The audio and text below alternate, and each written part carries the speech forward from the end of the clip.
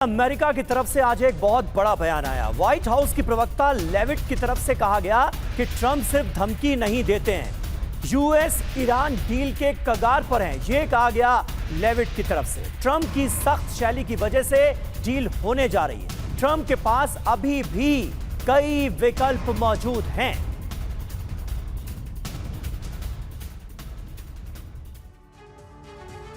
तो देखिए, सवाल यही है कि 43 घंटे के बाद क्या महायुद्ध होगा।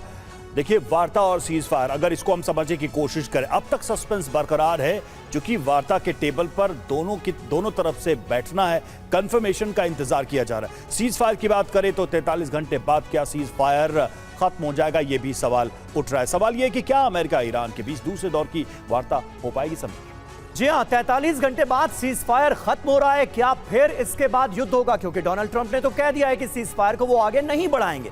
ईरान में बहुत सारे बम एक साथ फटेंगे अगर ये वार्ता नहीं हुई, इसका कोई नतीजा नहीं निकला तो। ये ट्रंप की धमकी है। ईरान की तैयारी क्या है? नए युद्ध की रणनीति पर ईरान काम कर रहा है।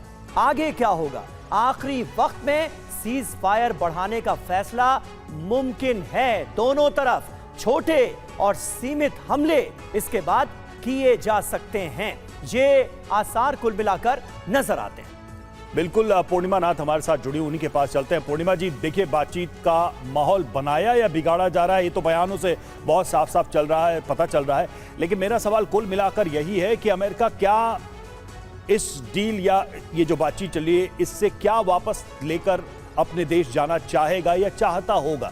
मतलब ट्रंप के लिए, जेडी वेंस के लिए मैक्सिमम पॉसिबल गेन इस डायलॉग से क्या हो सकता है?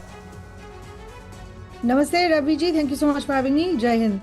पहली बात तो ये है कि काफी दिन पहले प्रेसिडेंट ट्रंप को यहाँ से वापस जाना चाहिए था और ग्रेसफुली एग्जिट करना चाहिए था। He didn't do it. और सेकेंडली, यहाँ पे क्या हो रहा है, हमारे यहाँ पे इंटरनली एक क्वेश्चन उठ रहा है ऑपरेशन मिडनाइट हैमर की 2025 में जो किया था उन्होंने, बॉम्बिंग की थी ईरान के ऊपर। वो सक्सेसफुल हुआ था इनके हिसाब से, ट्रंप के हिसाब से और ट्रंप एडमिनिस्ट्रेशन के हिसाब से। लेकिन अभी we are asking again whether it was really successful operation. अगर सक्सेसफुल ऑपरेशन तब था तो अभी क्यों वापस उनके ऊपर एजेंडा चलाया जा रहा है, बॉम्बिंग करा जा रहा है? So where this is coming from, that's the question that is coming. So मैं एज ए कांग्रेशनल कैंडिडेट मैं भी उसको सपोर्ट करूंगी, उसके ऊपर इन्वेस्टिगेशन हो। दूसरी बात यह है कि हमें 2-3 चीज भूलना नहीं चाहिए। Iran is part of NPT, वो मेंबर सिंस 1970 रहा है। तो because they have signed the NPT, उनके ऊपर एडिशनल स्क्रूटिनी होती है, उनके ऊपर कहा जाता है कि वो न्यूक्लियर वेपन नहीं बनाएंगे। लेकिन at the same time Israel ने साइन ही नहीं की, लेकिन उनके पास 90 वॉरहेड्स है। तो ये इक्वलिटी है कहाँ पे? आप अगर एक साइड में बोलो कि Israel is also fighting for existence, Iran is also doing the same thing. तो अगर ये सिचुएशन आप कंपेयर करें, इजराइल के ऊपर सैंक्शंस कितने लगी हुई है और ईरान के ऊपर आपने 12,880 सैंक्शंस लगा के रखे 50 इयर्स तक। मुझे बताइए एक कंट्री के नाम ले लीजिए रवि जी, समीर जी, मुझे बताइए एक कंट्री के नाम जो इतने सैंक्शन के बाद forget about taking care of their own country but retaliating against the most powerful country. बिल्कुल, so, बिल्कुल, ये बात तो है। और शायद ईरान की यही ताकत मिडिल ईस्ट में अमेरिका को सबसे ज्यादा अखरती भी है।